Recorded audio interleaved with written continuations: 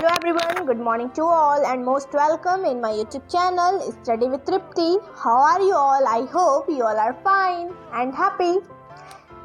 So guys, in this lecture we covered part 9 of SAIL, the unit of life.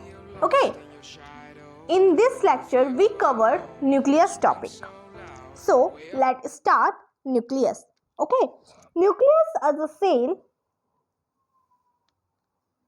organelle was first discovered by Robert Brown as earlier as 1831. जो nucleus था वो क्या है cell organelle है जिसको discover करने वाले scientist का नाम रॉबर्ट ब्राउन था. उन्होंने कब डिस्कवर किया था? 1831 में. It is most important for NEET. Later the material of the nucleus stand by the basic dyes was given by the name chromatin by Fleming. उसके बाद डिस्कवर्ड होने के बाद जो मटेरियल था न्यूक्लियस का उसको स्टैंड किया गया किससे? बाय बेसिक डाइस से. जो कौन दिए थे? क्रोमेटिन. इसका नाम क्या पड़ा? क्रोमेटिन पड़ा, जिसको देने वाले कौन थे? Fleming. Clear. The interphase nucleus. Interphase nucleus का मतलब nucleus of the cell when it is not dividing.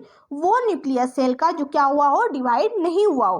तो the interphase nucleus has highly extend and elaborate nucleoprotein fiber called chromatin, nuclear matrix and once or more spherical body called nuclei, जिसको singular में क्या बोला जाता है? Nucleolus. Now जो interface था nucleus का वो हाईली क्या होता है? एक्सटेंड और इलाबोरेट. और जो उसका इलाबोरेट न्यूक्लियोप्रोटीन होता है उसमें वन और मोर स्फेरिकल बॉडीज होता है जिसका नाम क्या है? न्यूक्लियाई, जिसको सिंगुलर में न्यूक्लियोलस भी बोला जाता है. It is clear. Now electron microscope has revealed that the nuclear envelope. जो इलेक्ट्रॉन माइक्रोस्कोप था उन्होंने रिवील किया किसको? न्यूक्लियर इन्वेलप को. Which consist of two parallel membrane with a space between 10 to 50 nanometer called perinuclear space form a barrier between the material present inside the nucleus and the cytoplasm. Okay. तो जो वो क्या था? ये nuclear envelope जिसके उसके पास क्या था? Two parallel membrane with a space between. और वो दोनों मेम्ब्रेन के बीच का गैप कितना था? दोनों के बीच का गैप 10 to 50 नैनोमीटर. ठीक है. तो ये दोनों जो पैरेलल मेम्ब्रेन था ये दोनों के बीच का गैप 10 to 50 नैनोमीटर था, जिसको क्या नाम दिया गया? Perinuclear space. वो क्या बनाता है? Forms a barrier. वो एक बैरियर बनाता था किसके बीच? Between the material present inside the nucleus and the cytoplasm. ठीक है. तो ये जो गैप बैरियर क्रिएट करता था इसका नाम है पेरीन्यूक्लियर स्पेस. इसी के कारण क्या होता था? जो न्यूक्लियस में और जो साइटोप्लाज्म में मटेरियल होते थे वो एक दूसरे से अलग अलग होते थे. ठीक है. The outer membrane usually remain continuous with a endoplasmic reticulum and also bear ribosome in it. और जो outer membrane था वो usually continuous रहता था किसके साथ? endoplasmic reticulum के साथ. और उसके पास क्या होता था? राइबोसोम भी होता था. ठीक है. At a number of places the nuclear envelope is interrupted by minute pore which are formed by the fusion of its two membrane.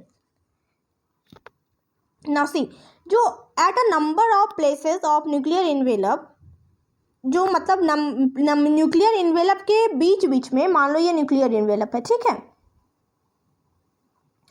तो ये जो न्यूक्लियर इन्वेलप के बीच बीच में this is gap, this called minute pore. इनके बीच में ये क्या होता था? माइन्यूट पोर होता था. क्यों? Which are form by a fusion of its two membrane. जो किससे बना होता था? टू मेम्ब्रेन के फ्यूजन से. ठीक है.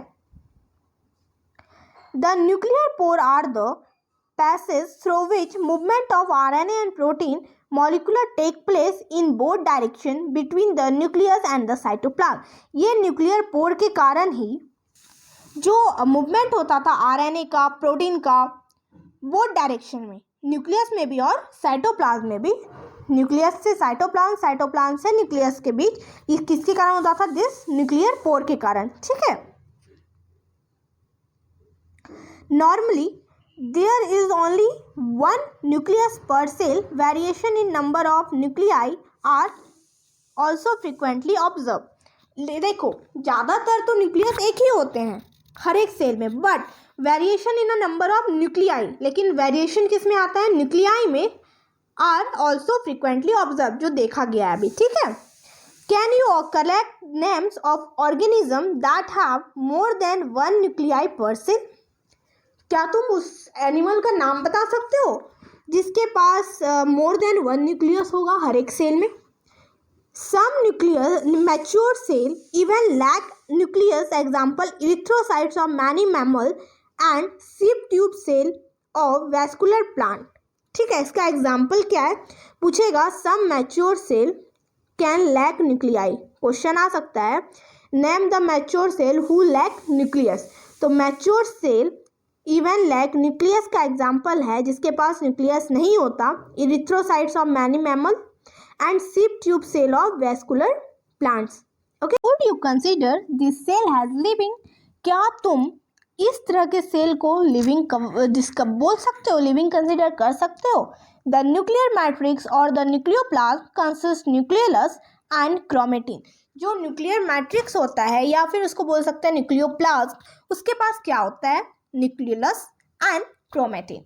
The nucleoli are spherical structure present in the nucleoplasm. जो न्यूक्लियाई होता है कैसा होता है, स्फेरिकल स्ट्रक्चर होता है उसका, वो कहाँ पे प्रेजेंट होता है, न्यूक्लियोप्लाज्म में. Okay, it's clear. Now here the content of nucleus is continuous with the rest of nucleoplasm. जो कंटेंट होगा न्यूक्लियस का वो कंटिन्यूअस होता है किसके साथ, न्यूक्लियोप्लाज्म के साथ.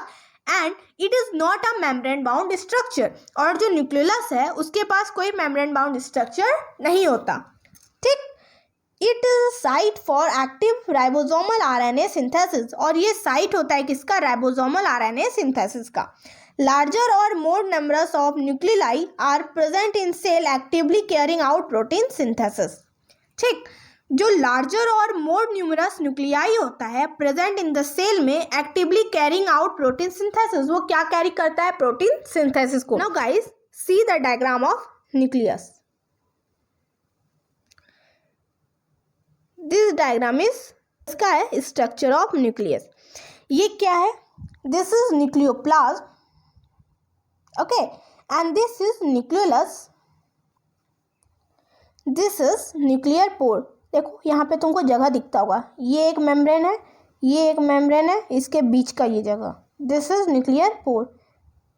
यहाँ पे एक जगह देखो छोटा सा, this is nuclear pore and this is nuclear membrane. ठीक है, दो न्यूक्लियर मेम्ब्रेन का जब फ्यूजन होता है तो क्या बनता है, न्यूक्लियर पोर बनता है. And this is nuclear membrane. This diagram is second topic of nucleus. You may recall that the interphase nucleus have a loose and indistinct network of nucleoprotein fiber called chromatin. जो interphase nucleus होता है उसके पास loose और indirect network होता है किसका, nucleoprotein का, जिसको क्या कहा गया है, chromatin. But during these different stages of cell division, cells show structure chromosome in place of the nucleus. But during different stage of cell division, लेकिन कुछ स्टेज में सेल डिवीजन के सेल शो स्ट्रक्चर क्रोमोसोम. तो cell क्या show करता है, chromosome का structure in place of nucleus. ठीक है, किसके जगह पे, न्यूक्लियस के जगह पे. Chromatin contain DNA and some basic protein called histone protein. ठीक है, जो क्रोमेटिन होता है उसके पास डीएनए होता है और क्या होता है, कुछ बेसिक प्रोटीन जिसका नाम है histone protein. Some non histone protein and also RNA. और कुछ नॉन हिस्टोन प्रोटीन भी होते हैं और कुछ आरएनए भी होते हैं. A single human cell has approximately 2 metre long thread of DNA distributed among its 23 pair chromosome. जो सिंगल ह्यूमन सेल होता है उसके पास अप्रॉक्सीमेटली 2 मीटर लॉन्ग थ्रेड होता है डीएनए का, मतलब जो डीएनए का लंबाई होता है वो कितना होता है, 2 मीटर. Distributed among 46 chromosome. किसमें पाए जाते हैं, 46 क्रोमोसोम बोलो या फिर 23 पेयर बोलो. Okay, you will study the detail of DNA package in the form of chromosome in class 12. हम लोग जब क्लास 12 का चैप्टर पढ़ेंगे ना, डीएनए पैकेजिंग, उसमें हम लोग क्या पढ़ेंगे, डिटेल इस पूरा पढ़ेंगे कि डीएनए कैसे बनता है. ठीक है, कैसे उसका फॉर्मेशन होता है. Every chromosome visible only in dividing cell essentially has a primary construction or the centromere on a site of which disc-shaped structure called kinetochore are present. जो एवरी क्रोमोसोम, जितने भी क्रोमोसोम है, visible only in dividing cell, वो सिर्फ कब दिखते हैं? जब सेल डिवाइड होता है.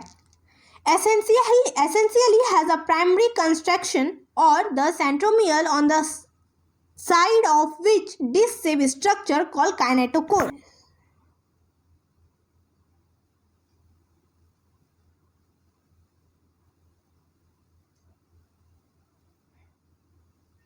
यहाँ पे जो ये डिस्क शेप स्ट्रक्चर होता है, दिस इज नॉन एज क्रोमेटोकोर. मैं एक बार डायग्राम भी आप लोगों को दिखा दूंगी, so don't worry. Centromere hold 2 chromatid of the chromosome. जो सेंट्रोमियर है उसके पास कितने क्रोमेटिन होते हैं? 2 क्रोमेटिड होते हैं, ठीक है, of a chromosome. Based on a position of a centromere, based on the position of centromere, the chromosome can be classified into 4 types. ठीक है, सेंट्रोमियर के पोजीशन के आधार पे क्रोमोसोम को 4 प्रकार, मतलब टाइप्स में डिवाइड किया गया है. ठीक. The metacentric chromosome has a middle centromere forming 2 equal arms of the chromosome. जो मेटासेंट्रिक क्रोमोसोम है उसके पास जो सेंट्रोमियर होता है वो कहाँ पे होता है? मिडिल में होता है, फॉर्मिंग 2 इक्वल आर्म, जिससे क्या होता है? जो क्रोमोसोम है वो 2 इक्वल आर्म बनाता है. ठीक है. द सब मेटासेंट्रिक, ये सेकेंड है, सेकेंड टाइप. सब metacentric chromosome has centromere slightly away from the middle of the chromosome resulting into shorter arm and 1 longer arm. जो सब मेटासेंट्रिक क्रोमोसोम होता है उसमें जो सेंट्रोमियर होता है वो slightly away from the middle, थोड़ा सा बीच से थोड़ा सा ऊपर चला जाता है, जिससे क्या रिजल्ट देखने मिलता है? एक क्रोमोसोम छोटा होगा, एक क्रोमोसोम बड़ा होगा. मतलब एक आर्म क्रोमोसोम का बड़ा होता है, एक आर्म क्रोमोसोम का छोटा होता है. किसमें? सब मेटासेंट्रिक में. ठीक है. In case of acrocentric chromosome the centromere is situated close to its end, forming one extremely short and one is very long arm. ठीक है. जो एक एक्रोसेंट्रिक क्रोमोसोम होता है उसमें क्या होता है? क्रोमोसोम जो सेंट्रोमियर है वो situated close to the end, एकदम एंड पे जाके होता है, जिससे क्या होता है? 1 एक्सट्रीमली शॉर्ट, एक जिसके कारण एक आर्म जो होता है वो बहुत ही ज़्यादा छोटा होता है और दूसरा आर्म बहुत बड़ा होता है. ठीक है. Whereas the telocentric chromosome has a terminal centromere. जो टीलोसेंट्रिक क्रोमोसोम होता है उसका जो सेंट्रोमियर होगा वो कहाँ पे होता है? एकदम टर्मिनल पे. देखो, है ना, this is called telocentric chromosome. Now see the diagram of all this type. This diagram is shown the type of chromosome based on the position of centromere. Okay.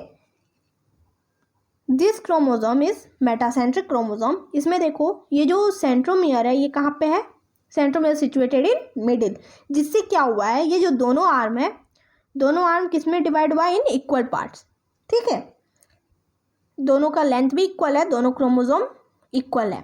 But this diagram is shown सब metacentric chromosome. इसमें देखो ये जो centromere है ये थोड़ा normal centromere से थोड़ा ऊपर है, मिडिल से. ठीक है. तो जिससे क्या हुआ है? दिस इज, ये डिवाइड हो गया, this is short arm and this is long arm. Clear.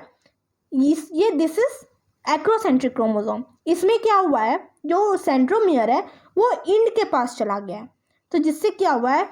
This is short arm and this is long arm. But this is last telocentric chromosome. इसमें देखो सेंट्रोमियर एकदम टर्मिनल पे है, जिससे क्या हुआ है? This is long arm and this is short arm.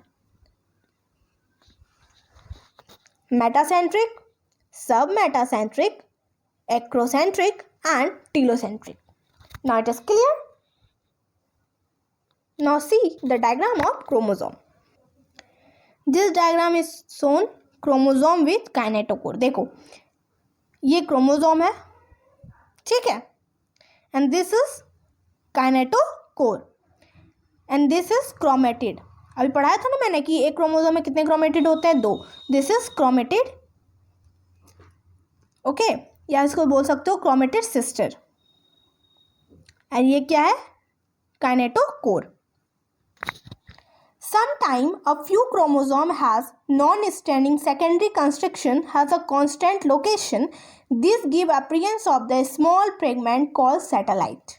अभी हम लोगों ने देखा था मेटासेंट्रिक क्रोमोसोम के डायग्राम में ऊपर पे 2 डॉट बनाया था जिसका नाम क्या था, सैटेलाइट. पहले देखो, समटाइम्स अ फ्यू क्रोमोसोम, कुछ टाइम एक फ्यू क्रोमोसोम के पास क्या होता है, नॉन स्टेनिंग सेकेंडरी कंस्ट्रक्शन होता है. कहाँ पे, एक कांस्टेंट लोकेशन होता है उसका, ठीक है. This give the appearance of small fragment called satellite. वो क्या बताता है, वो एक अपीयरेंस देता है किसका, स्मॉल फ्रेगमेंट का, जिसका नाम है satellite. Now last part of this chapter, microbody. Many membrane-bound minute vesicle called microbody that contain various enzyme as present in both plants and animal. तो जो microbody है वो कैसा होता है, many membrane bound होता है, minute vesicles होता है, called microbody. उसके पास क्या होता है, बहुत सारी तरह के enzymes होते हैं and are present in both plants and animal से. Okay, we done summary lecture in next lecture.